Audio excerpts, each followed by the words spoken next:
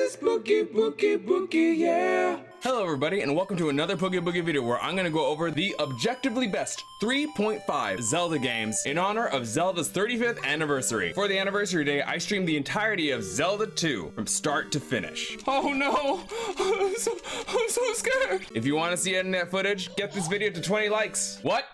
YouTubers don't bait likes anymore?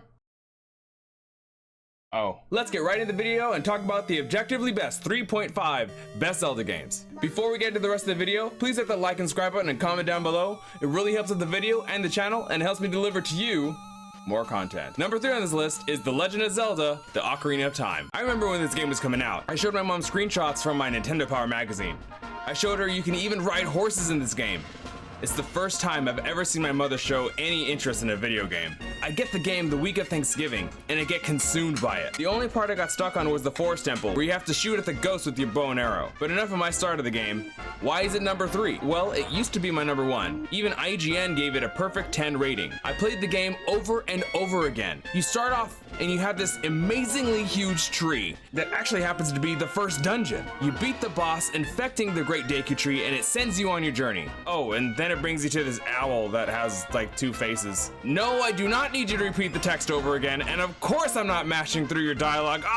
There it goes again. The open world map is huge for 1998. Maybe not 20 years later, but at the time it wasn't suffocatingly claustrophobia inducing at all. This free roaming 3D world perspective was brand new, and not even Mario 64 at the time allowed you such freedom to explore a world. Levels, yes. Worlds with major landmarks? Not yet. The best part of the game is where you get to become Adult Link. You get this huge sword and get to bash enemies into the abyss from which they came. But like the awesomeness of Adult Link, there are updates and additions to the Zelda lore. This game introduced the Gora race, updated the Zora race to look more humanoid, and introduced the Gerudo and their amazing guitar soundtrack. This Amazonian-like sect of inhabitants are skilled warriors and are a very welcome addition to the Hylian settlers. I haven't even mentioned the bosses yet. The Ghost Ganon fight is super memorable. That long stair climb up Ganondorf's temple will always be burnt in my brain. But why is this game 3rd place? Revolutionary combat, open world environment, imaginative new characters, and of course, Adult Link. What else could a Zelda fan ask for? How about a new spin on the formula? Coming in number 2 is The Legend of Zelda: A Link Between Worlds.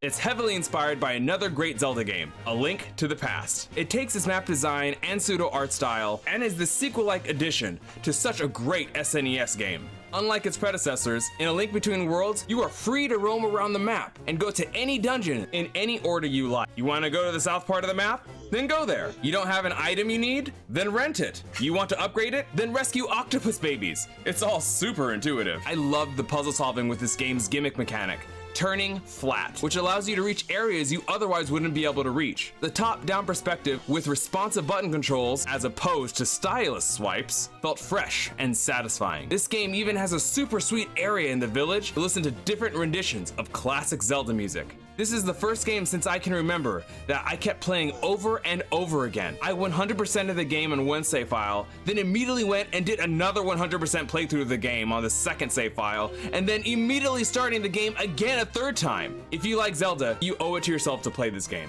Now is the place in the video where I have some type of sponsor or some merchandise or something to sell you, but I have neither. Now let's move on to the rest of the video. If you guessed the number 1 Zelda game, it's probably yours because you know it's mine. Breath of the Wild is my favorite, the most objectively best Zelda game based on science or whatever. The thing that immediately hits you as the player is atmosphere. Everything is stripped down, bare bones, and it's just you versus the world of Hylia. There's no overworld map theme played on loop. There are no loading areas to have enemies respawn. It's just you and the environment. There is such a distinct brilliance to the simplicity of this game. Yet, this game can be as complex as you want it to be. The map is, well, stupidly large. Like, wow. I haven't played the game since launch, so I don't remember the layout too much, but I gave myself this time to help forget enough of this game to try to re-experience the wonderment and joy of each of the game's art designs and world designs. I'd like to classify this game as a, hey, what's that over there type of game. You see something in the distance, you plot your course, and on the way, you see an interesting landmark you haven't seen before. You know where it is that you're heading, but this new slight detour shouldn't take too long, right? And before you know it, it's 3 in the morning and you still haven't reached the first plotted destination you originally planned on. And that's okay. In fact, That's great. That's what a game should feel like. My wife and I played this game after work and found ourselves realizing it's 2 a.m. and we might need to get some sleep for work.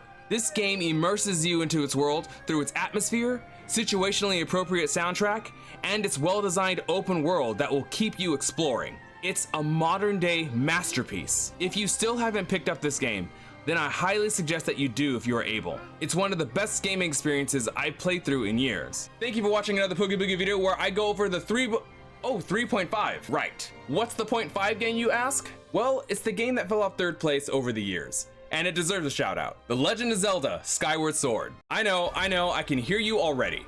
You're probably thinking, oh, you're just on the bandwagon because there's a re-release of this game. No, seriously, I legitimately loved this game the first time I played it. Girahim, hands down, is the best Zelda villain ever created. He's soaked in personality. Groose is absolutely amazing. He's like your typical bully in the beginning of the game, then he has character growth through the story arc, and that's it. It's story. For me, Skyward Sword has the best Zelda game story out of all of the games. But because of the story though, the gameplay has to sacrifice some freedoms. You either get a free roaming experience with poor or poorly told story, or a grand story adventure, but with restrictive gameplay decisions. You can't have it both ways. A tight narrative arc cannot be executed properly if a player has too much freedom. The game itself has flaws, and I noticed them after the first rosy glass playthrough. I'm looking at you, Empty Sky. But it definitely didn't ruin the enjoyment of the story Skyward Sword was trying to tell. I'm happy it's getting a re-release so people who haven't tried it can. Skyward Sword so far is the best-selling game on Amazon, so that should say something. The Joy-Con though, I may pass on. Excellent in concept, could have used better execution. And Majora's Mask isn't a Zelda game. Thank you for watching another Poogie Boogie video where we go over the objectively best 3.5 Zelda games ever made. What is your favorite Zelda game or games, and what are the ones you don't like? Let me know in the comments. If you haven't already, please follow us on Twitch where we play Splatoon 2, Monster Hunter Rise, and other fun games such as enjoyable experience. Don't miss out. But until then, we'll see you in the next video. Stay healthy, stay strong, catch you next time.